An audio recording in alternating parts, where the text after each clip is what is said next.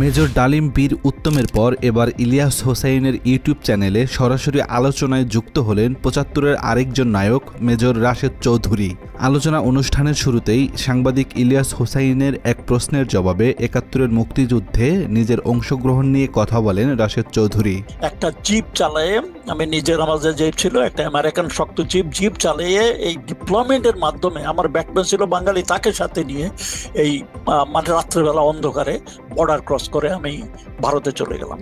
তবে এগেইন এটা এত সোজা ছিল না, বেশ অনেক প্ল্যান ট্যান করে অনেক অসুবিধার মধ্যে বিপদও পড়েছি কয়েকবার, অনেক সন্দেহ হয়েছে অনেকের মধ্যে, এগুলো সব এড়ায় আমি এটা সাকসেসফুল হয়েছি। এবং ভারতে গিয়ে কাসুর রিভারে আমি আবার জিপ পড়ে গেছিলাম, আমার ব্যাটম্যানকে বাইরেতে বললাম, আমি জিপের নিচে পড়ে গেলাম, অনেক মরতে মরতে বেঁচে গেছে। যাই হোক, ওই পাড়ে গিয়ে ভারতে গেলাম, ভারতে রাজৌক ক্যান্টনমেন্ট প্রথমে, তারপরে ফিরোজপুর ক্যান্টনমেন্ট, সেখান থেকে দিল্লিতে মানে সপ্তাহখানিক ইন্টারোগেশন, তারপর সেখান থেকে আমাকে পাঠানো হলো মুজিবনগরে। ৭১-এর মুক্তিযুদ্ধে শেখ পরিবার নয়, জিয়াউর রহমান ছিলেন একজন নিবেদিত প্রাণ। আলোচনার এই পর্যায়ে এমন মন্তব্য করেন এই মুক্তিযোদ্ধা। ইলিয়াস, এটা আমার কাছে একটা উদ্ভট মানে কারো কল্পনা উদ্ভট মনে হয়, কারণ আমি জিয়াউর রহমানের সাথে ছিলাম, আমি দেখেছি জিয়াউর রহমান কিরকম একটা নিবেদিত লোক ছিল। তারপর তার আগে জিয়াউর রহমান যে স্বাধীনতার ডাক দিয়েছেন ওটা পাকিস্তানে থাকতে আমি শুনেছি, কিন্তু আসার পরে এইসব নিয়ে আমরা কোনো আলাপ আলোচনা করি। বাট আই নিউ যে মানে জিয়াউর রহমান কি ছিলেন। আর জিয়াউর রহমান আরেকটা জিনিস হলো, ওনাকে আমি পিএমএ থেকে দেখেছি, আমি যখন ক্যাডেট ছিলাম হি ওয়াজ অ্যান ইনস্ট্রাক্টর, আমার সরাসরি ইনস্ট্রাক্টর ছিলেন না, কিন্তু অন্য মানে গ্রুপের ইনস্ট্রাক্টর ছিল, বা দেখা সাক্ষাৎ মাঝে মধ্যে হতো এই আর কি, কিন্তু সরাসরি ওনাকে, কিন্তু ওনার গলার আওয়াজ মানে দৃঢ়, ওটা আমি চিনতে পারি। এই জন্যই যখন উনি কথা বলতেছিলেন পরিচিত আওয়াজ শুনে আমি ওই মাসিমপুর ক্যাম্পে দেখতে গেছি, কারণ ওনার আওয়াজ চিনতাম, তখন থেকে ওনাকে জানি। তারপরে যুদ্ধের সময় I became very close to him, because প্রথম দিন থেকেই আমি যখন আমার মানে আর্টিলারির ওই কামানগুলো নিয়ে ট্রেনিং প্রায় প্রত্যেক দিনই উনি আসতেন। কৈলাসহর আমার ক্যাম্পের থেকে বেশি দূরে ছিল না, কুকিতলে বেশি দূর ছিল না বলে প্রত্যেক দিন আসতেন, দেখতেন, বিকজ হি ওয়াজ ভেরি কিন টু সি দ্যাট আমাদের আর্টিলারি অ্যাকশনে যায় যত তাড়াতাড়ি। উনি একদিন আমাকে বলেছেন, উনি আর্টিলারি এর আগে ছিল না, মানে ইন্ডিয়ান আর্টিলারি মাঝে মধ্যে উনি ডাকতেন, কিন্তু they are not very effective and is not very happy with, and frankly speaking he didn't want to take much help from India. Whatever ন্যূনতম যা দরকার এর বাইরে উনি নিতে চান নাই। তো এই জন্যই উনি যত সম্ভব তাড়াতাড়ি ওনার নিজের আর্টিলারি নিতে চাইলেন। তো এই ক্ষেত্রে জিয়াউর রহমানকে আমি যুদ্ধের সময় দেখেছি।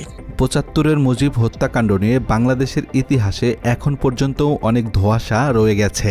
তবে সাংবাদিক ইলিয়াস হোসাইনের সঙ্গে সরাসরি আলোচনায় যুক্ত হয়ে ওই দিনের ঘটনার বিস্তারিত বর্ণনা দেন রাশেদ চৌধুরী।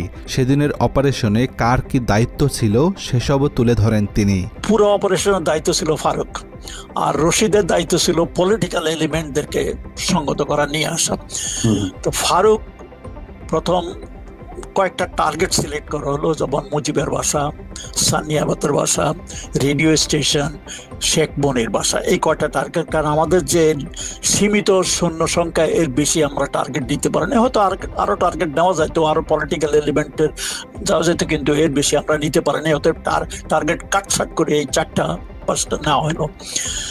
তো প্রথম ফারুক মুজিবের বাসার দায়িত্ব দিতে চেয়েছিল অ্যাকচুয়ালি ডালিমকে। তো ডালিম একটু নিজের অপারগতা প্রকাশ করলো যে মুজিবের সাথে তার একটা বিশেষ সম্পর্ক আছে, সে ওখানে যেতে চায় না, তার অন্য কোনো কারণ থাকতে পারে আমি জানি না, সে একটু অপারগতা দেখা দিল। কিন্তু যেহেতু এটা মেজর টার্গেট, এই জন্যই ফারুক কিন্তু ডালিমকে সেই দায়িত্বটা দিতে চাইছিল। আরেকটা কারণ হলো, মুজিবের বাসায় যে গার্ড, মানে প্রত্যেক বড় বড় জায়গাতে গার্ড ছিল, মুজিবের বাসায় যে মানে গার্ড ছিল, সেই গার্ড ছিল ফার্স্ট বেঙ্গল আর্টিলারির, কুমিল্লা থেকে আসছে। সে আর্টিলারির লোকজন যারা ডালিমের ইউনিট, ডালিম সেই ইউনিটের সিও ছিল আগে, অতএব ওরা ডালিমকে চিনে, ডালিম ওদেরকে ইজিলি কনভার্ট করে আমাদের পক্ষে নিতে পারবে, এই জন্যই ডালিমকে মুজিবের বাসায় পাঠাতে চাইছিল। তো ডালিম অপারগতা বললো যে না, আমার ওখানে একটু অসুবিধা আছে, আমি যেতে পারবো না, আরো অনেক আছে, আমি ডিটেইল যেতে পারি না। তখন নেক্সট পরবর্তী হলো হুদা, মেজর হুদা ছিল। হুদাও ফার্স্ট বেঙ্গল মানে আর্টিলারিতে ছিল, ফার্স্ট আর্টিলারির অ্যাডজুটেন্ট ছিল, সেও খুব পপুলার অফিসার। তখন হুদাকে বললো, হুদা রাজি হলো, ঠিক আছে আমি যাব। কারণ ফার্স্ট আর্টিলারি একজনকে ওখানে দেওয়ার কারণ হলো যে সামনে যে আর্টিলারি লোকজন গার্ডে আছে যাতে তাদেরকে নিজেদের পক্ষে নেওয়া যায়, that was the main interest. তারপর হুদাকে দায়িত্ব দেওয়া হলো, হুদা গেল, হুদার সাথে আরো 2-1 অফিসার ছিল। তখন ডালিমকে দেওয়া হলো অন্য জায়গাতে, সেরনিয়াবাদের বাসার আশেপাশে রেডিও স্টেশন, ওই অঞ্চলে তাদেরকে দায়িত্ব দেওয়া হলো। তো আর আমার দায়িত্ব ছিল রেডিও স্টেশনের জন্য ডালিমের আন্ডারে। ডালিমের আন্ডারে আবার 2টা গ্রুপ ছিল, একটা ছিল ওই মিন্টু রোড এরিয়াতে, পরবর্তী পর্যায়ে জানতে পারলাম যে ওটা সানিয়াবাদের বাসায়, আর হইলো রেডিও স্টেশন এই এরিয়াতে, আর ওভারঅল দায়িত্ব ছিল ডালিম। তো আমাদেরকে ব্রিফ করা হলো। শেখ মুজিবের নিজের হাতে গড়া রক্ষী বাহিনীর ওপর ক্ষিপ্ত ছিল দেশের সাধারণ মানুষ। জাসদের নেতাকর্মীরা প্রকাশ্যে রক্ষী বাহিনীর বিরুদ্ধে রাস্তায় নেমে স্লোগান দেন। অপারেশন পূর্ববর্তী ঘটনার বর্ণনা দিতে যে বলেন রাশেদ চৌধুরী, আমি চিটাগংয়ে ছিলাম 73-74-এ।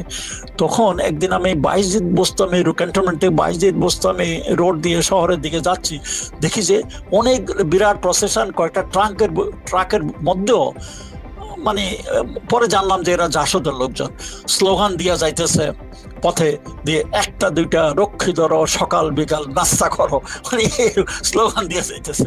অর্থাৎ রক্ষীদের উপরে মানুষ এমন বিতৃষ্ণা, তারা সেসব আকাম কুকাম করতেছে, খুন খারাপি করছে, এগুলা অজানা নয়, সবাই জানে তারা কি করতেছে। এবং রক্ষী বাহিনীটা ছিল একটা political force under Sheikh Mujib, ওর পার্সোনাল কমান্ডে নাকি এগুলো তার কার্যক্রম পরিচালনা করা হইতো। এবং শোনা যায়, আমি ডাইরেক্টলি জানি না, তোফায়েল নাকি এগুলো সব মানে করতো আর কি। অতএব এই রক্ষী বাহিনী এসব মানে পলিটিক্যাল, আওয়ামী লীগের পক্ষে পলিটিক্যাল কাজকর্ম করত। তবে শেখ মুজিবুর রহমানকে 1975 সালের 15 আগস্ট হত্যা করার কোনো পরিকল্পনা ছিল না। তাকে ধরে নিয়ে এসে সোহরাওয়ার্দী উদ্যানে সামারি কোর্ট মার্শাল করার প্ল্যান করেন ওই অভ্যুত্থানে অংশ নেওয়া সেনা কর্মকর্তারা।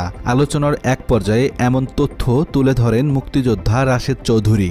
আলটিমেটলি মুজিবকে যেতে হতো ওখানে, করে হরে তাকে মানে সামারি কোর্ট মার্শাল করে তাকে এক্সিকিউটিং করে, what ever it is, that was the plan. বাসায় নয়, এটা হলো রশিদের কথা। এবং রশিদের কথা হলো, রশিদ ফারুক কিন্তু অরিজিনাল প্ল্যানার, তারা ডিটেল জানে। অতএব এটা রশিদ যদি এটা বলে থাকে, এটাও সত্য হতে পারে। যাই হোক, আমার মনে হয় না মুজিবকে ওখানে মারার কোনো প্ল্যান ছিল। এরপর মেজর ডালিমের মুজিবকে উৎখাতের ঐতিহাসিক সেই ঘোষণার বর্ণনা দেন রাশেদ চৌধুরী। ঘোষণাটি রাশেদ চৌধুরী নিজেই লিখে দিয়েছিলেন বলে উল্লেখ করেন। রেডিও স্টেশনে কিছু পরে ডালিম আসলো, ডালিম আসলে আমার জিজ্ঞেস করে সব ঠিক আছে না, আমি everything is okay, everything is fine.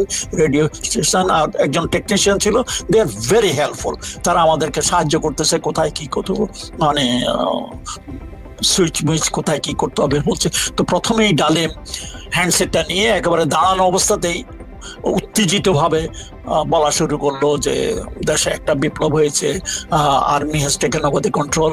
Sheikh Mujib, আমার মনে হয় শেখ মুজিবকে হত্যা করেছে, এটাও সে ব্যবহার করেছে। আর দেশে কারফিউ মার্শাল ল, লোকজনকে বলছে আপনারা আমাদের সাথে থাকুন, সহযোগিতা করুন, কেউ ঘরের থেকে বাইর হবেন না। তো প্রথম এসব কথাটা একটু খাপছাড়া ছিল। তখন আমি বললাম যে স্যার, আমার মনে হয় এরকম ভাবে না বলে let's write it down, recorded, দেখে পড়ুন। তখন অনেকে বলে ঠিক আছে তুমি একটু তাড়াতাড়ি লিখে দাও। তো আমি তখন একটা কাগজ কলম নিয়ে ওই যতটুকু পারলাম, এই একটা প্যারা, বেশি বড় না, এটা লিখে দিলাম যেটা যা হয়েছে ঘটনা। তবে হত্যা শব্দটা আমি মনে হয় ব্যবহার করি নাই। তো ডালিম মনে হয় ওটা নিজের থেকে পরে বলেছে। আর যেসব সেই মানে ডালিমের স্টেটমেন্টই পরে রেকর্ড করা হয় এবং রেকর্ডটাই বারবার চলতে থাকে। 15 আগস্ট শেখ মুজিবের ধানমন্ডির বাড়িতে আসলে কি ঘটে সেটির বিস্তারিত তুলে ধরেন রাশেদ চৌধুরী। ওই দিন শেখ মুজিবের সন্তান শেখ কামাল নিজে থেকে আগেই গুলি চালান বলে জানান তিনি। মূলত শেখ কামাল ও তার স্ত্রী সুলতানা কামালের আগে থেকে গুলি চালানোর কারণেই পরিস্থিতি খারাপ হয় বলে মন্তব্য করেন রাশেদ চৌধুরী। হুদা আস্তে আস্তে ওখানে গিয়ে ওদেরকে, এগুলো আমি সব বলতেছি হুদার কাহিনীর থেকে, যে স্টেটমেন্ট সে দিয়েছে আমার বইতে আছে। সে বলেছে সে ওখানে যায়, হুদা সুবেদার সাথে কথা বললো, ওরা সবাই হুদাকে চেনে, চিনেই তাকে বললো, তখন হুদা বললো যে আর্মি হ্যাজ টেকেন ওভার, এখন আমরা এখানে আসছি, Mujib is no more in power, মুজিবকে অ্যারেস্ট করতে আসছি এবং আপনারা আমাদের সাথে আছেন কিনা। এক বাক্যে সবাই বললো স্যার আমরা আছি আপনাদের সাথে।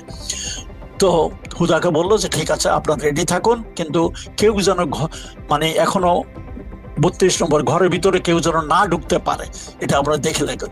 কিন্তু এই হুদা বলছে আমি একটু আমার সৈন্য সামন্ত নিয়ে আসি এবং LMG বিভিন্ন জায়গাতে আমি বসাবো, সেগুলো ঠিক করে আসি। মিনওয়াইল ওই লান্সারের লোকজন আয়সা তারা ভিতরে ঘরের ভিতরে ঢোকার জন্য মানে ইয়ে করতেছে। আর একটু বছরে দোতলা থেকে নিচে এসে কমর্শন শুনে উপরের থেকে শেখ কামাল, শেখ মুজিবের বড় ছেলে, তখন সে ক্যাপ্টেন কামাল, কিন্তু সে তার স্টেন গান না কেড়ে উপর থেকে গোলা ছুটতে ছুটতে নিচে দোতলা থেকে নিচে আসছে।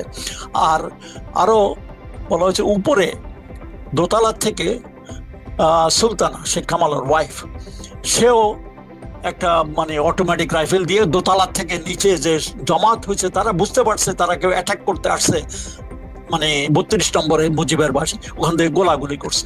এসব গোলাগুলি হওয়াতে একজন সিপাহী মারা গেছে, আরো মনে হয় 2-1টা ওয়ান্ডেড হয়েছে, কারণ তখন অন্ধকার ছিল, অন্ধকারের মধ্যে গোলাগুলিতে পড়ছে, মারা গেছে। শেখ কামাল এবং তার ওয়াইফ সুলতানা, এই দুজনের থেকে গোলাগুলি। শেখ কামাল সিঁড়ি বেয়ে নিচে আসতেছিল, গোলাগুলি চিল্লাইতে মিলিটারি পুলিশ ভাই ভাই আমাদের অ্যাটাক হয়েছে, আপনারা আমার সাথে আসেন, সেই গোলাগুলি করতে করতে নিচে নামে আসছে। আর উপরে দোতলা থেকে সুলতানা কামাল ওই নিচে সৈন্যদেরকে গুলি করছে, ওখান থেকে শুরু হয়েছে প্রথম। তারপরে যখন ওই দেখলো যে একটা ছেলে মানে উপরের দোতলার গুলিতে একটা সিপাহী মারা গেছে আর্টিলারির নিচে সামনে, অন্যরা খেপে গেছে, তখন একজন নাকি বলে উঠলো শালার কুর্সি শুদ্ধ সেট করে না। এই কথাটা কিন্তু পরবর্তী পর্যায়ে শেখ মুজিবের বাসার এক চাকর, সে লাফায় যায় পলায় অন্য জায়গাতে আশ্রয় নিচ্ছে, সে ওটা স্বীকার করেছে যে গোলাগুলি শুরু হয়েছে মানে শেখ কামাল এবং সুলতানার তরফ থেকে, উপরের থেকে, এবং ওই নিচে একজন লোক মারা গেছে, আরো হয়তো 2-1টা ওয়ান্ডেড হয়েছে। এইসব দেখে অন্যান্য সিপাহীরা খেপে গেছে, বলেছে শালার গোষ্ঠী শুদ্ধ শেষ করে দেয়। এবং ওই পর্যায়ে ওই আমাট করলো, করে এসে ঘরে মানে গেট ভেঙে ঢুকে গেছে। মাত্র 30% টাকায় জমির মালিক হয়ে নতুন বাংলাদেশের গড়ে তোলার স্বপ্ন দেখা বাংলা বসতি। এরপর শেখ মুজিব যেভাবে গুলিবিদ্ধ হন সেই মুহূর্তের বর্ণনা তুলে ধরেন তিনি। শেখ মুজিবও তার ঘরের থেকে বাইরে আসলে হুদা, মহিউদ্দিন ওরা শেখ মুজিবকে নিচে নামায় আসতেছিলেন, সিঁড়ি বয়ে নিচের দিকে আসতেছিলেন। যে মুহূর্তে তারা সিঁড়ি বয়ে নিচে আসতেছিলেন, অমন সময় উপরের থেকে নাকি আবার গুলি গালা শুরু করছে। এই সময় শেখ জামাল, সেও ওই রুমে, শেখ জামাল এবং সুলতানার ও দুজনেই এলো পাতালি গুলি গালা শুরু করছে। এক গুলিতে এই মুজিবের পিছনে ছিল একটা সিপাহী পড়ে গেছে, মানে বন্ডেড। আর গুলি গালা আওয়াজ শুনে মহিউদ্দিন এবং হুদা ওরা দুজনেই ডাক, শেখ মুজিব তখনও দাঁড়ানো ছিল এবং তারা ডাক করে বেঁচে গেছে গোলাগুলি শুরু করতে। আর এই গোলাগুলির আওয়াজে ওই গেটে দিয়ে বাই দ্যাট টাইম অন্যান্য লান্সারের লোকজন যারা আসছে তারাও মানে ঢুকে এসে একেবারে মানে পাগলের মতো হয়ে গেছে, তারা পাল্টা গুলি দিয়ে। এবং মুজিব উনি নিজে অনেক বড় লোক, লম্বা চড়া, আর গুলি ওই মুজিবের গায়ে লাগছে সবগুলো, নিচের থেকে গুলি করছেন। And he fell down and streaming blood. Sheikh Mujib গোলাগুলিতে নিহত হওয়ার পর গ্রেনেড হামলায় মারা যায় তার পরিবারের বাকি সদস্যরা। কোল থেকে টেনে হিঁচড়ে শিশু শেখ রাসেলকে নিয়ে আসার যে গল্প সাধারণ মানুষ জানে, সেটিকে মিথ্যা বানোয়াট হিসেবে উল্লেখ করেন রাশেদ চৌধুরী। এই পর্যায়ে কিছু সিপাহী অ্যাকর্ডিং টু বদরুদ্দা, কারণ যেভাবে গোলাগুলি ছুটতেছে চতুর্দিকে, তারা করলো কি লব করে মানে খুব ক্রল করে ওই রুমের কাছে গিয়ে 2-3টা গ্রেড জানালা দিয়ে ভিতরে ফালাই দেবে। ইতিমধ্যে কিন্তু শেখ মুজিবের বাসা সবাই একই রুমে, বাইরে কেউ নাই। বাইরে যারা ছিল ওরা সিপাহী টিপাহী, নিচে পুলিশ টুলি ওরা ছিল, শুধু শেখ নাসের ছিল নিচে, সে নাকি বাথরুমে গুলি খাইছে, বাথরুম মারা গেছে। কিন্তু বাকি সবাই রাসেল মাসেল সবাই মিলে ওই রুমে ছিল। ওই গ্রেনেড অ্যাকর্ডিং টু, আমি জানি না কারণ দিস ইজ স্টেটমেন্ট ফ্রম হুদা, যে গ্রেনেড নিয়ে 2-3টা গ্রেনেড ওই জানালার ভিতর দিয়ে কাছে ক্রল দিয়ে ড্রপ করে তারা সরে পড়ছে। ওই গ্রেনেড ব্লাস্টে সবাই মারা যায়। এই মানে রাসেল পরিবার সবাই এক জায়গাতে ছিল, ওখানেই ছিল, এবং সবাই এক রুমেই সবাইকে মারা যায়। রাসেল নিচে বসে নাই, অন্য কাউ, শুধু শেখ কামাল নিচে মারা গেছে, বাকি সবাই ওই রুমেই ওই গ্রেনেড ব্লাস্টে মারা যায়। শেখ মুজিবকে হত্যার খবরে সারা ঢাকার মানুষ আনন্দ উল্লাসে নেচে ওঠে। আলোচনায় এমন তথ্যও যুক্ত করেন তিনি। শেখ মুজিবের মৃত্যুর পর চারিদিকে মিছিল আর মিছিল আর মিছিল, দুঃখজনক ভাবে হলেও সত্য, সেই মিছিলগুলো সব আনন্দের মিছিল। শারমিন আহমদ, তাজউদ্দিনের মেয়ে শারমিন আহমদ একটা বই লিখেছেন, তাজউদ্দিন নেতা এবং পিতা, সেই বইতে ইনিও লিখেছেন তাদের কাজের ছেলে বাইরে গেছে, বাইরে যায় এসে ফেরত দিলে আম্মা বাইরে লোকজন আনন্দে আত্মহারা, আনন্দে মিছিল, আনন্দে মুজিবের হত্যার ব্যাপারে। তারপর শারমিন আমাদের লেখাতে আরো কিছু আছে মুজিব কাকুর ব্যাপারে, সে অনেক কিছু লিখেছে। তো এই হলো তখনকার ওই ঢাকার চেহারা, মানুষের আনন্দ। আরেকটা জিনিস হলো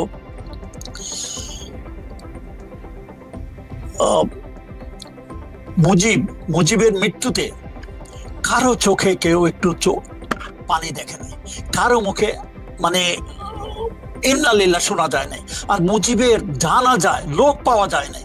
ইভেন হাসিনার নিজের কথা, যেটা আমার ফাঁসি চাই মতিউর রহমান মিন্টু লিখেছে, যে তার নিজের কথা 10-15 জন লোক ধরে এনে তার বাপের জানাজা করা হয়েছে। শেখ মুজিব নিজের কর্মের ফল পেয়েছেন, তাকে হত্যা করা হয়েছে, তার চাইতেও বড় কথা সে তার কুকর্মের সাজা পেয়েছেন। আলোচনায় এমন মন্তব্য করেন রাশেদ চৌধুরী। একটা কথা, সবাই বলে যে মুজিবকে হত্যা করা হয়েছে এবং শেখ হাসিনা যে বিচার করেছে ওই হত্যার বিচারে করেছে, কিন্তু আমি বলি না, মুজিবকে কেউ হত্যা করে নাই। মুজিবের মৃত্যু মুজিব নিজেই ডেকে এনেছে। গত মুজিবের 44 মাসের রাজত্বকালে দেশে যে কি অনাচার অবিচার হয়েছে, সেটারই পরিণতিতে মুজিবের এই পরিণতি হয়েছে, এবং মুজিবকে যেতে হতো। 1974 সালের দুর্ভিক্ষে 15 লাখ মানুষ মারা যায় এমন তথ্য তুলে ধরে রাশেদ চৌধুরী আলোচনায় আরও বলেন, একদিকে খাদ্য না পেয়ে মানুষ মারা গেলেও অন্যদিকে মুজিব ও তার পরিবার জীবনযাপন করছিলেন রাজার হালে।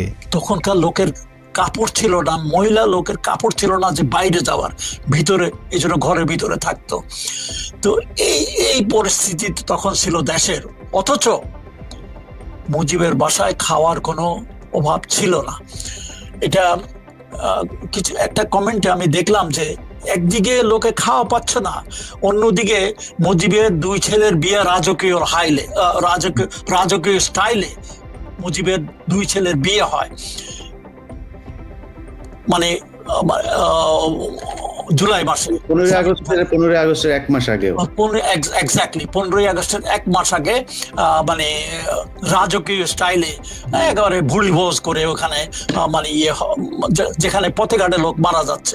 ভারতের পরিকল্পনায় 2 পাকিস্তান আলাদা হয়ে যায়। ইলিয়াস হোসাইনের সঙ্গে আলোচনায় এমন মন্তব্যও করেন রাশেদ চৌধুরী। পূর্ব পাকিস্তানকে পাকিস্তান থেকে আলাদা করা, এটা কিন্তু ইন্ডিয়ার পরিকল্পনা 1947 থেকে। তারা 47 থেকে এটা পরিকল্পনা করে আসতেছে যে পূর্ব পাকিস্তান থেকে আলাদা করতে হবে, কারণ 2 পাশে 2 পাকিস্তান, মাঝখানে ইন্ডিয়া একটা কোণঠাসা হয়ে আছে, এবং এই জন্যই তারা ইন্ধন যোগাইতেছিল গত 23 বছর থেকে কিভাবে পূর্ব পাকিস্তান আলাদা করা যায়। অতএব 71-এ সেই সুযোগটা এসেছে, তারা এই জন্য সর্বান্তকরণে আমাদেরকে সাহায্য করেছে। না, অনেকে বলে যে মুক্তিযুদ্ধরা বাংলাদেশটা ইন্ডিয়া নাকি আমাদেরকে স্বাধীন করে দিয়েছে। ইয়েস, ইন্ডিয়া আমাদেরকে সাহায্য করেছে, হাতিয়ার দিয়েছে, আমাদেরকে রসদ দিয়েছে, স্যাংচুরি দিয়েছে, তার জন্য আমরা কৃতজ্ঞ, কিন্তু ইন্ডিয়া আমাদেরকে স্বাধীন করে দেয় নাই। আমাদের মুক্তিবাহিনী, আমাদের লোকজনই বাংলাদেশকে স্বাধীন করেছে। 1971 সালের মুক্তিযুদ্ধ এবং 15 আগস্টের সেনা অভ্যুত্থানে অংশ নিতে পেরে নিজেকে গর্বিত মনে করেন রাশেদ চৌধুরী। আমি জীবনে 2টা কাজ ভালো করেছি, আর কোনো ভালো কাজ করিনি। অন্তত ছোটখাটো কিছু করতে আমি অন্তত 2টা কাজ জীবনে ভালো করেছি, তার জন্য আমার কোনো রিগ্রেট নাই, এবং আল্লাহর কাছে আমি কৃতজ্ঞ, তিনি আমাকে সেই সুযোগটা দিয়েছেন। একটা হলো 71-এ আমি স্বাধীনতা যুদ্ধে অংশগ্রহণ করতে পেরেছি, আমার যে যৎসামান্য অবদান আমি রাখতে পেরেছি, যা কিছু আমার সাধ্যে ছিল আমি করেছি। দ্বিতীয়, 15 আগস্টে দেশকে উদ্ধারকারী যে সূর্য সন্তানরা ওই ঘটনাটা ঘটেছে তাতে আমি সংস্কৃত হতে পড়েছি। এই জন্য আমি দুইটা কাজের জন্য নিজেকে আমি গর্বিত মনে করি। মুজিব হত্যা মামলার কারণে ইচ্ছা থাকলেও দেশে আসতে পারছেন না বলে ইলিয়াস হোসাইনের সঙ্গে আলোচনায় যুক্ত করেন মুক্তিযোদ্ধা রাশেদ চৌধুরী। দেশে আমরা নিশ্চয়ই যেতে চাই। ডালিম বা অন্যান্য যারা এখনো বিদেশে কিছু কিছু লোক হাসিনা ঝুলাই দিছে, তারা চলে গেছে দুঃখজনক ভাবে। সত্য তাদের প্রতি সবার প্রতি আমার মানে সশ্রদ্ধ সালাম। তারা নাই আজকে আমাদের মধ্যে, কিন্তু যেই কজন আছে তাদের এখনো দেশকে দেওয়ার আমার মনে হয় অনেক কিছু আছে। তারা সবাই দেশে যেতে চায়, কিন্তু দেশে যাওয়ার কিছু অসুবিধা আছে। কারণ আমাদের এগেনস্টে হাসিনা এসে তো একটা বিচার ঘটালো, প্রহসনের বিচার। সেই প্রহসনের বিচারের মাধ্যমে আমাদের ফাঁসির হুকুম হলো। সেই হুকুম কিন্তু এখনো বলবৎ আছে। সেই যতদিন পর্যন্ত সেই হুকুমটা বলবৎ থাকে আমাদের কেউ ভিতরে দেশে যেতে পারছে না। জেল হত্যার সঙ্গে জড়িত না থাকলেও রাশেদ চৌধুরীকে ফাঁসানো হয় এমন তথ্যও তুলে ধরেন তিনি। জেল হত্যার কাহিনী তো আমাদেরকে জড়ানো হয়েছে, থাকুক বা না থাকুক। জেল হত্যার কাহিনীতে আমি একটা মজার কথা বলি। সেদিন কিন্তু আমি ঢাকায় ছিলাম না, তেসরা দিন আমি ঢাকায় ছিলাম না। আমি 2 তারিখে কুমিল্লা গেছিলাম একটা কাজে, অন্যজনের একটা কাজে। কাজটা ছিল কুমিল্লার এসপি সুপারিনটেন্ডেন্ট পুলিশের কাছে। আমি সেখানে ছিলাম এবং 2 তারিখ রাত্রে আমি সার্কিট হাউসে ছিলাম, ওখানকার রেকর্ডে আছে। এবং মানে সেই এসপি এখন বেঁচে আছেন কিনা জানি না, তবে তার মেয়ে, যিনি আবার আমাদের একজন মানে সহযোদ্ধার স্ত্রী, তার সাথে দেখা হয়েছে। তারপর সেদিন আমি 3 তারিখে সকালে ক্যান্টনমেন্টে গেছি, ঢাকায় কি হয়েছে, কিছু একটা হয়েছে এই খবর জানার জন্য। মুজিব ও জেল হত্যার মামলা থেকে রেহাই পেলে আবারও বাংলাদেশে ফিরে রাজনীতির মাধ্যমে দেশের জন্য কাজ করার আশাবাদ ব্যক্ত করেন রাশেদ চৌধুরী। যে কোনো দল, জিয়াউর রহমান হোক, সরকার হোক, ছাত্র জনতা হোক, যে কোনো লোক আমাদেরকে স্বাগত জানায়। আমরা তো যাবোই, আমরা আফটার অল এটা আমাদের দেশ। কিন্তু কথা হলো, যেতে হলে 2টা জিনিস করতে হবে। প্রথম হলো যে আমাদের এগেইনস্টে যে কনভিকশন গুলো আছে এগুলো উঠাতে হবে। 2টা কনভিকশন, একটা হলো মুজিব হত্যার বিচার, আরেকটা হলো জেল হত্যার। দুটোটার মধ্যে আমাদের কনভিকশন আছে। এগুলো না উঠালে আমরা যেতে পারবো না। গেলেই তো আমাদেরকে মানে যাওয়া মিনস ওয়াক ইনটু দ্য গ্যালাস। তো এই 2টার কোনোটা বিহেভ না হলে, একটা জিনিস এখন আজকাল দেখতেছি বিডিআর হত্যার সব নাকচ করে দেওয়া হয়েছে। নাকচ করে দেয় 15ই আগস্টের কাহিনী কেন নয়? কারণ 15ই আগস্টের বিচারটাই ছিল একটা প্রহসনের বিচার, কোনো ডিফেন্স ছিল না। সাক্ষী তাদেরকে টর্চার করে সাক্ষী হাজির করা হয়েছে, তাদেরকে দিয়ে বরখাস্ত করে লিখিত বলি দিয়ে বলা হয়েছে, কোনো বিচার হয় নাই। তাদের দলীয় জজদেরকে দিয়ে, দলীয় মানে উকিল কাউন্সিলরদেরকে দিয়ে কাহিনী বানায়া চটলায়া পাকায়া, কারণ অলরেডি ডিসিশন অলরেডি মেড কি করতে হবে। সবশেষে সাংবাদিক ইলিয়াস হোসাইনের সঙ্গে দীর্ঘ প্রায় 3 ঘন্টার এই আলোচনায় সঙ্গে থাকার জন্য দর্শকদের ধন্যবাদ জানান সূর্য সন্তান খ্যাত মেজর রাশেদ চৌধুরী। সম্মানিত দর্শকবৃন্দ, প্রিয় দর্শকবৃন্দতে আমার সালাম। আপনারা এতক্ষণ কষ্ট ধরে আমার কথা শুনেছেন, আমার বকবক শুনেছেন, তার জন্য অনেক কৃতজ্ঞ। ভালো থাকুন, আমাদের জন্য দোয়া করবেন। অন্যদিকে মেজর ডালিমের পর মেজর রাশেদ চৌধুরীর এই আলোচনা থেকে ইতিহাসকে নতুনভাবে দেখার সুযোগ পেয়ে নিজেদের সন্তুষ্টি প্রকাশ করেন সাধারণ শিক্ষার্থীরা। ভবিষ্যতে ইলিয়াস হোসাইনের চ্যানেলে এরকম আরও বিশিষ্ট অতিথির আলোচনা অনুষ্ঠান দেখার আশাবাদ ব্যক্ত করেন তারা। আজকে ইলিয়াস ভাই লাইভে নিয়ে আসার মাধ্যমে আমরা নতুন অনেক ইতিহাস জানতে পারলাম। মেজর ডালিমকে আনা হলো, মেজর রাশেদকে আনা হলো। এভাবে আসলে আমরা অনেক অজানা ইতিহাসগুলোকে আসলে জানার সুযোগ পাচ্ছি।